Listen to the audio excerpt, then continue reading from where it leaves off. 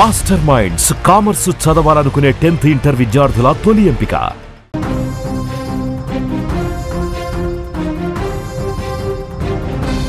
మరో breaking news చూస్తున్నాము. Israel పై Iran విరుచుకుపడినట్లుగా తెలుస్తోంది. అమెరికా దాడి చేసినా ఇరాన్ అయితే బెదరట్లేదు.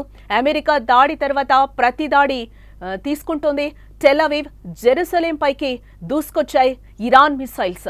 ఇరాన్ అటాక్ తో సైరెన్లు ఇజ్రాయెల్ ఒక్కసారిగా మోగించింది. ప్రాణ భయంతో ప్రజలు కూడా అక్కడి నుంచి పారిపోతున్న పరిస్థితులు కనిపిస్తున్నాయి.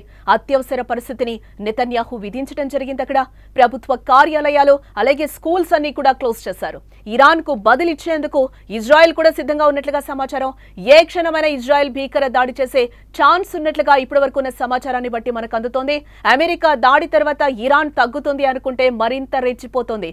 ఏమాత్రం అదరకుండా బెదరకుండా ఇజ్రాయెల్ పై విరుచుకుపడుతోంది. అమెరికా దాడి చేసిన గంటల్లోనే ఇజ్రాయెల్ పై మిసైల్స్ వర్షం కురిపిస్తోంది. బాలిస్టిక్ క్షిపణులతో టెల్ అవీవ్ ఇటు జెరూసలేం నగరాలపై దాడులు చేస్తోంది. వరుస మిసైల్స్ పంపి ఉక్కిరిబిక్కిరి చేసింది. హైఫా, టెల్ అవీవ్ ప్రాంతాలపై 2 బ్యాచ్లుగా మొత్తంగా 27 మిసైళ్లను ప్రయోగించింది ఇరాన్. ఇజ్రాయెల్లోని బెన్ గురియన్ ఎయిర్పోర్ట్ ను టార్గెట్ చేసుకుని దాడులకు తెగబడింది.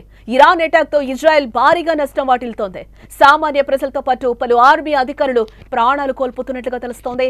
పలువురు గాయపడగా వారిని ఆసుపత్రికి తరలించి చికిత్స అందిస్తున్నారు. ప్రస్తుతం ఇరాన్ అటాక్ తో ఇజ్రాయెల్ ఇప్పటికే అప్రమత్తమైంది. ఆయా నగరాల్లో సైరన్లను మోగించగా ప్రజలు సురక్షిత ప్రాంతాలకు పరుగులు తీస్తున్న పరిస్థితి కనిపిస్తుంది. మనం సుమన్ టీవీ స్క్రీన్ మీద కూడా చూస్తున్నాం. ఇజ్రాయెల్లో పరిస్థితి ఏ విధంగా ఉందో కూడా మనకి అక్కడ కళ్లకు కట్టినట్లుగా కనిపిస్తుంది. బిల్డింగ్స్ అన్ని కూడా కూలిపోతున్న పరిస్థితి కనిపిస్తుంది.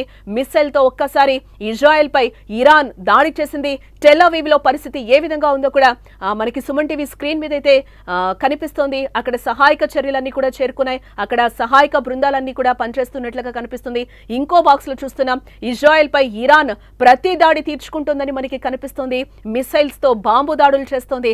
అక్కడంతా కూడా పొగ కమ్ముకున్న వాతావరణం అయితే మనకి స్క్రీన్ మీద క్లియర్ గా కనిపిస్తుంది. అక్కడంతా కూడా ఎలాంటి భీతావహ పరిస్థితులు ఉన్నాయో కూడా మనకి కళ్లకు కనిపిస్తున్నాయి. ఇదే నేపథ్యంలో అక్కడ ప్రభుత్వ కార్యాలయాలు, బ్యాంకులు, స్కూల్స్ అన్ని కూడా క్లోజ్ చేసిన పరిస్థితి అయితే కనిపిస్తుంది.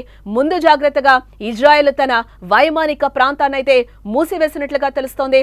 ఇరాన్ అణు స్థావరాలు ఫోర్డో, నటాంజ్, ఇస్ఫహాన్ పై అమెరికన్ దళాలు దాడుల తర్వాత ఇక శాంతి ఏర్పాటు చేయాల్సి ఉంది అని కూడా ట్రంప్ ఒక కామెంట్ అయితే చేయడం జరిగింది. పుతిన్ వేటి మీద అయితే అణు స్థావరాల మీద దాడి చెయ్యదు అని చెప్పారో వాటి మీదే అమెరికా దాడులు చేసిన నేపథ్యం అయితే కనిపిస్తోంది. ఇటు ఎప్పుడైతే దాడి మొదలుపెట్టిందో ఇటు ఇరాన్ కూడా వెంటనే అటాక్ కి దిగింది ఇజ్రాయెల్ మీద. ఇటు అమెరికా మీద కూడా బాంబు దాడి వేస్తామనైతే గట్టి వార్నింగ్ ఖమేనీ ఇచ్చిన పరిస్థితి కనిపిస్తుంది. ఇదే నేపథ్యంలోనే చెప్పిన కొన్ని గంటల్లోనే ఇజ్రాయెల్ పై అటాక్ కి దిగింది ఖమేనీ బృందం అని కూడా చెప్పుకోవచ్చు. కానీ ఇక్కడ ట్రంప్ మాటలు కూడా లెక్క చేయకుండా ఇరాన్ దాడులకు దిగడం ఆందోళన కలిగిస్తోందని కూడా ఇక్కడ చెప్పుకోవచ్చు. ఆదివారం ఉదయం ఇరాన్ అణు సామర్థ్యాలను దెబ్బతీయాలనే ఉద్దేశంతోనే అమెరికా దాడులు చేసినట్లుగా తెలుస్తోంది. ఇక్కడ ట్రంప్ ఫస్ట్ నుంచి కూడా అంటున్నారు అణు ఒప్పందానికి ఇరాన్ రావాలని కూడా కోరుతున్న పరిస్థితి కనిపిస్తుంది. ఈ నేపథ్యంలో ఖమేనీ దానికి ససేమిరా అని చెప్పిన పరిస్థితి అయితే కనిపిస్తుంది. ఇదే నేపథ్యంలోనే ట్రంప్ 2 వారాల్లో మేము డెసిషన్ తీసుకుంటామని అఫీషియల్ గా చెప్పని నేపథ్యంలోనే తీసుకోలేదు. అఫీషియల్ గా డెసిషన్ తీసుకోకుండానే 48 గంటల్లో పాకిస్తాన్ ఎప్పుడైతే సపోర్ట్ చేసిందో అప్పుడు పాకిస్తాన్ ఎప్పుడైతే ఇరాన్ మీద యూటర్న్ తీసుకుందో అప్పుడే 48 గంటల్లోనే ట్రంప్ మాట మార్చిన పరిస్థితి మనకు కనిపించింది. వెంటనే నైట్ నుంచి కూడా ఇరాన్ మీద బాంబుల వర్షం కురిపించి 3 అణుస్థావరాలను అయితే ధ్వంసం చేసిన పరిస్థితి అయితే కనిపించింది. ఆర్మీని అభినందించిన పరిస్థితి కూడా ట్రంప్ కనిపిస్తోంది. B2 spirit stealth bomber craft లను ఉపయోగించి ఇరాన్ లోని పార్దో, నతాంజ్, ఇన్ఫహాన్ అణు స్థావరాలపై దాడి చేసింది. అలాగే 6 GBU-57 మాసివ్ ఆర్డినెన్స్ పెనేట్రేటర్లను ఉపయోగించింది. ఈ తరహా వార్ ఎయిర్ క్రాఫ్ట్లను అమెరికా ఉపయోగించడం ఇదే మొదటిసారి అని కూడా మనం చెప్పుకోవచ్చు. ఇరాన్ దీంతో దాడులు ఆపాలి అని కూడా ట్రంప్ ఒక రకంగా వార్నింగ్ ఇచ్చారు. బట్ ఖమేనీ ఎటువంటి పరిస్థితుల్లో దాడులు ఆపేది లేదు అని కూడా ఆయన చెప్తున్న పరిస్థితి కనిపిస్తుంది.